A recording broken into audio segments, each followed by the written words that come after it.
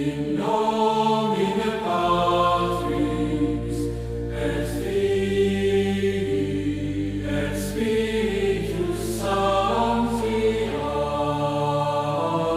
Amen.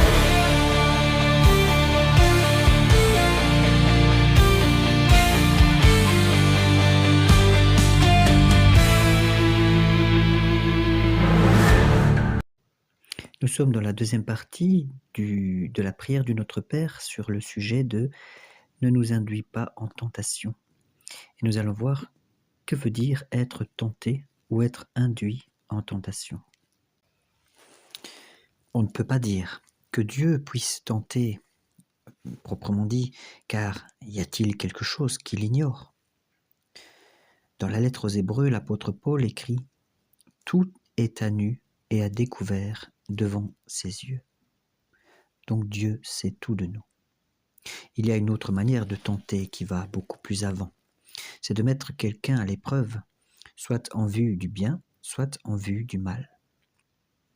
On tente un homme en vue du bien, lorsqu'on l'éprouve dans le but de constater et de manifester sa vertu, afin de la récompenser ensuite par des avantages et des honneurs, et de proposer son exemple à imiter aux autres, et par suite d'engager tout le monde à louer et à bénir le Seigneur. Cette manière de tenter est la seule qui convienne à Dieu. Et nous en trouvons un exemple dans le livre du Deutéronome, au chapitre 13, où il est écrit « Le Seigneur votre Dieu vous tente, dit Moïse aux Hébreux, pour qu'il apparaisse visiblement si vous l'aimez. » On dit encore que Dieu tente les siens lorsqu'il les accable par la pauvreté, la maladie et autres calamités de ce genre. Mais il n'agit ainsi envers eux que pour éprouver leur patience et afin qu'ils deviennent pour les autres des modèles de vertu chrétienne. C'est ainsi que nous voyons Abraham tenté par Dieu lorsqu'il reçoit de lui l'ordre d'immoler son propre fils. Mais cet acte d'obéissance fait de lui un exemple immortel de soumission et de patience. C'est dans le même sens qu'il est dit de Tobie dans nos saints livres. Parce que vous étiez agréable à Dieu, il était nécessaire que la tentation vînt vous éprouver. On tente les hommes en vue du mal. Lorsqu'on les éprouve pour les pousser au péché ou à leur perte. Il appartient aux démons de nous tenter de la sorte, car il ne s'adresse à nous que pour nous perdre et nous jeter dans le précipice. Aussi, l'Écriture sainte l'appelle-t-elle d'un seul mot, il s'appelle le tentateur. Tantôt, ce diable, ce tentateur, excite en nous les désirs et les mouvements déréglés de nos passions et de nos affections mauvaises. Tantôt, il nous attaque par le dehors et se sert des choses extérieures pour nous enorgueillir, si elles sont heureuses, ou bien pour nous abattre, si elles sont malheureuses. D'autres fois, il a pour agents et émissaires des hommes pervertis, et surtout des hérétiques qui sont assis dans la chair de pestilence et répandent le poison mortel de leur doctrine malsaine pour perdre entièrement les hommes qui ne font aucun choix et aucune différence entre le vice et la vertu, et qui, de leur naturel, ne sont déjà que trop enclins au mal et toujours prêts à succomber. Être induit en tentation, c'est succomber à la tentation. Or, nous y sommes, induits en deux manières. Premièrement, lorsque, renversés par le choc, nous tombons dans le mal où veut nous jeter notre tentateur. En ce sens, Dieu ne tente et n'a jamais tenté personne, car il n'est l'auteur du péché pour personne. Mais au contraire, comme il est dit dans le psaume 5, il déteste tous ceux qui commettent l'iniquité. Aussi bien dit l'apôtre saint Jacques dans sa lettre, que personne ne dise quand il est tenté que c'est Dieu qui le tente, car Dieu n'est pas tentateur pour le mal,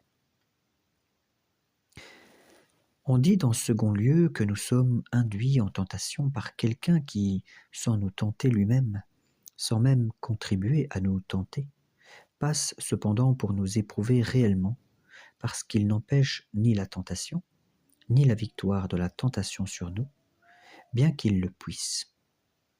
C'est de cette manière que Dieu permet que les bons et les justes soient tentés. Mais alors il les soutient de sa grâce et ne les abandonne pas. Quelquefois aussi, par un secret et juste jugement, si nos crimes le demandent, il nous abandonne à nous-mêmes et nous succombons.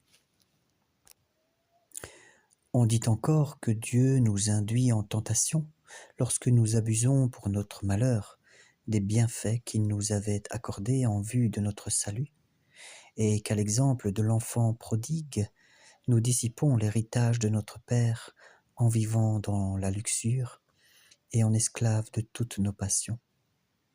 C'est alors que nous pouvons nous appliquer ce que l'apôtre disait de la loi de Dieu dans la lettre aux Romains chapitre 7. Il est arrivé que le commandement qui devait servir à nous donner la vie a servi finalement à nous donner la mort. Jérusalem en est pour nous un exemple bien frappant. Au témoignage du prophète Ézéchiel, au 16e chapitre, Dieu l'avait enrichie et parée de tous les genres d'ornements. Et il lui disait par la bouche de son prophète, « Vous étiez parfaitement belle de cette beauté que moi-même je vous avais donnée. » Et cependant, cette ville, comblée de tous les bienfaits divins, bien loin de rendre grâce à Dieu des faveurs qu'elle en avait reçues, bien loin d'employer tous ses dons pour acquérir le bonheur du ciel, cette ville, par une horrible ingratitude envers son Père et son Dieu, repousse l'espérance et même la pensée du bonheur éternel, et ne songe, dans l'abondance des biens terrestres, qu'à s'abandonner au plaisir et à la débauche.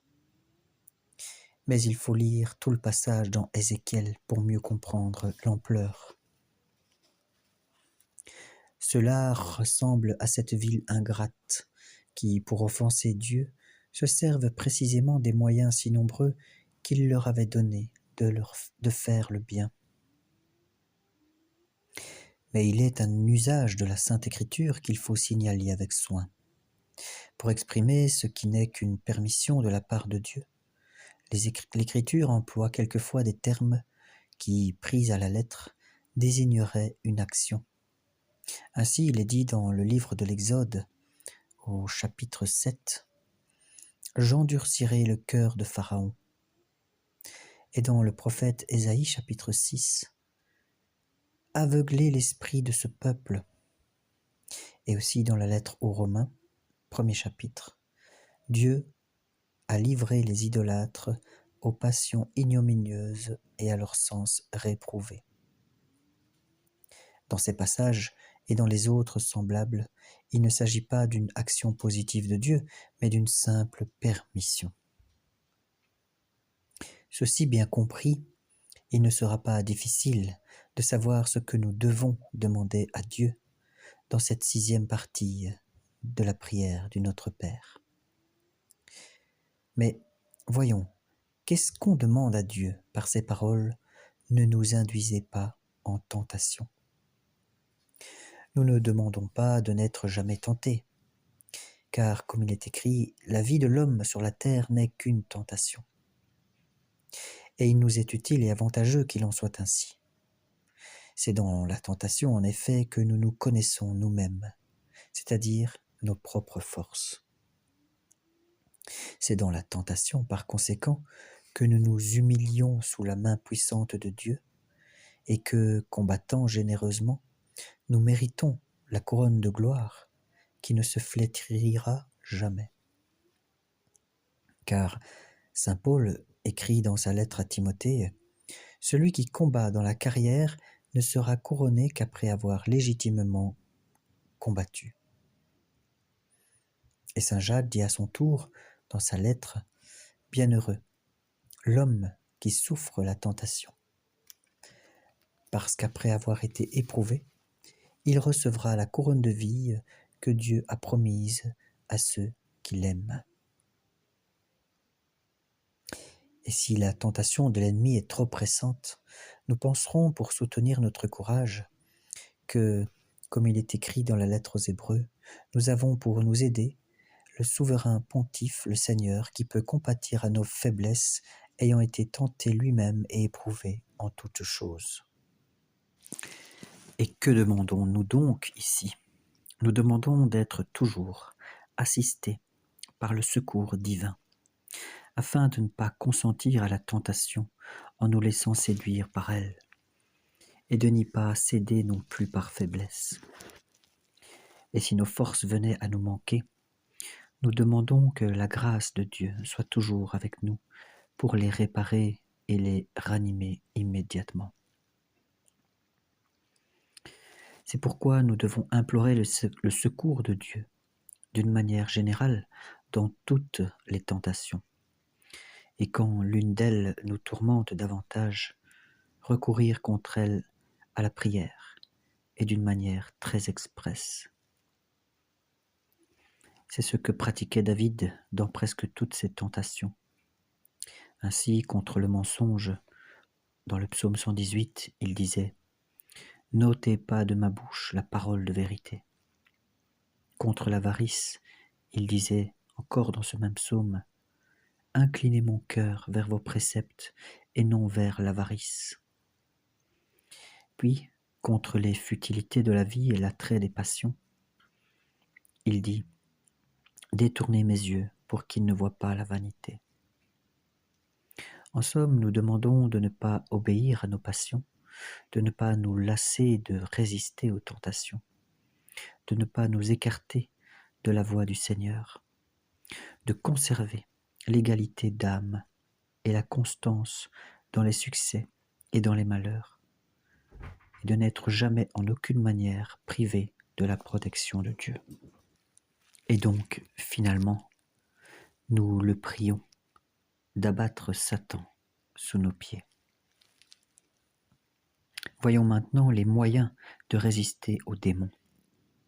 Il n'y a rien de plus avantageux d'abord que de bien se pénétrer de la grande faiblesse de l'humanité, de nous défier de nos forces et de mettre en Dieu seul et en sa bonté l'espérance de notre salut. Si nous avons la sagesse de nous appuyer sur lui, nous ferons preuve, même au milieu des plus grands périls, d'un courage d'autant plus invincible que nous pourrons nous rappeler alors combien avons-nous, avec le même courage et la même confiance que nous, ont été retirés par Dieu lui-même, il faut dire le mot, de la gueule béante de Satan. N'avons-nous pas vu Joseph en butte à la passion insensée d'une femme, arraché par Dieu à ce pressant péril et élevé par lui au faîte de sa gloire? N'avons-nous pas vu Suzanne, victime innocente de véritables suppôts de l'enfer, sur le point de périr d'une mort infâme? Ne l'avons-nous pas vue rendue par lui à la vie et à l'honneur? Et sans doute il devait en être ainsi, car son cœur était plein de confiance dans le Seigneur. C'est aussi la gloire immortelle du saint homme Job, d'avoir triomphé du monde, de la chair et du démon. Et il est encore une foule d'autres exemples de ce genre dont le pasteur saura se servir pour inspirer aux fidèles cet espoir et cette confiance. Mais il importe également de ne jamais perdre de vue le chef que nous devons suivre dans ce combat acharné contre les tentations, c'est-à-dire notre Seigneur Jésus-Christ, qui nous a montré comment on remporte la victoire. C'est qu'en effet, il a vaincu le démon. Il est cet homme plus fort qui survient et qui terrasse le fort armé et qui lui arrache ses armes et ses dépouilles, nous dit l'évangile de Luc chapitre 11. Voici ce que dit aussi saint Jean de la victoire qu'il a remportée sur le monde. « Ayez confiance, dit Jésus, j'ai vaincu le monde. » Et dans l'Apocalypse, il est appelé le lion vainqueur qui est sorti victorieux pour vaincre encore, parce que dans sa victoire, il a acquis à ses partisans le pouvoir de vaincre à leur tour. La lettre de saint Paul aux Hébreux est toute pleine des victoires des saints qui, par la foi, ont vaincu les royaumes, qui ont fermé la gueule des lions. On voit ça dans le chapitre 11 de la lettre aux Hébreux. Ces victoires que nous raconte l'histoire doivent nous faire penser à celles que les hommes remplis de foi, d'espérance et de charité remportent tous les jours dans ces combats intérieurs et extérieurs que leur livre le démon. Victoires si nombreuses et si belles que si nous pouvions les contempler de nos yeux, nous ne pourrions rien voir en même temps de plus fréquent et de plus glorieux.